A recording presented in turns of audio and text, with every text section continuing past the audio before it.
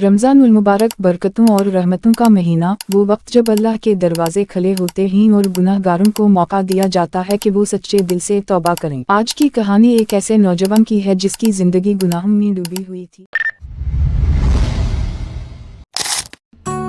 अहमद एक नौजवान था जो दुनियावी लज़्ज़ातों में खो चुका था। नमाज से गाफिल, वालिदैन की नाफरमानी, झूठ, धोखा, ये सब इसकी जिंदगी का हिस्सा थे।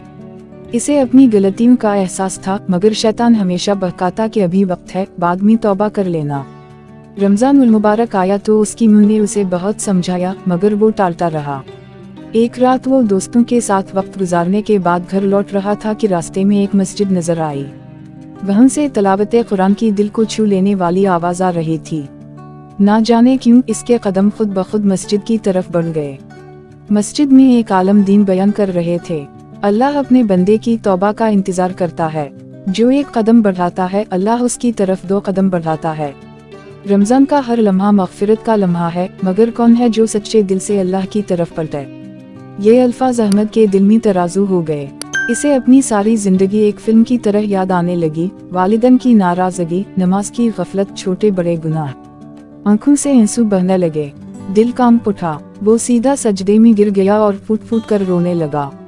या अल्लाह, मैं गुनाहगार हूँ, लेकिन तेरा दर छोड़कर कहाँ जाऊँ। मुझे माफ कर दे, मुझे सीधा रास्ता दिखा। वो रात अहमद की जिंदगी की सबसे बड़ी रात बन गई। इसने सच्चे दिल से तौबा कर ली और वादा किया कि वो दोबारा गुनाहों की तरफ नहीं लौटेगा।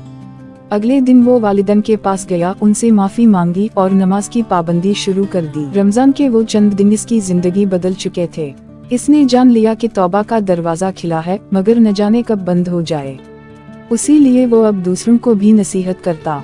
अगर जिंदगी में गुनाह हो गए हैं तो घबराओ नहीं, अल्लाह की रहमत बहुत वसी है। बस सच्चे दिल से तौबा कर लो, क्योंकि रमजान में मिलने वाली माफी हमेशा के लिए जिंदगी बदल सकती है। अगर आपको ये वीडियो पसंद आए तो लाइक करें, कमेंट्स में अपनी राय दें और मजीद दिलचस्प वीडियोस के लिए हमारे चैनल को सब्सक्राइब करें।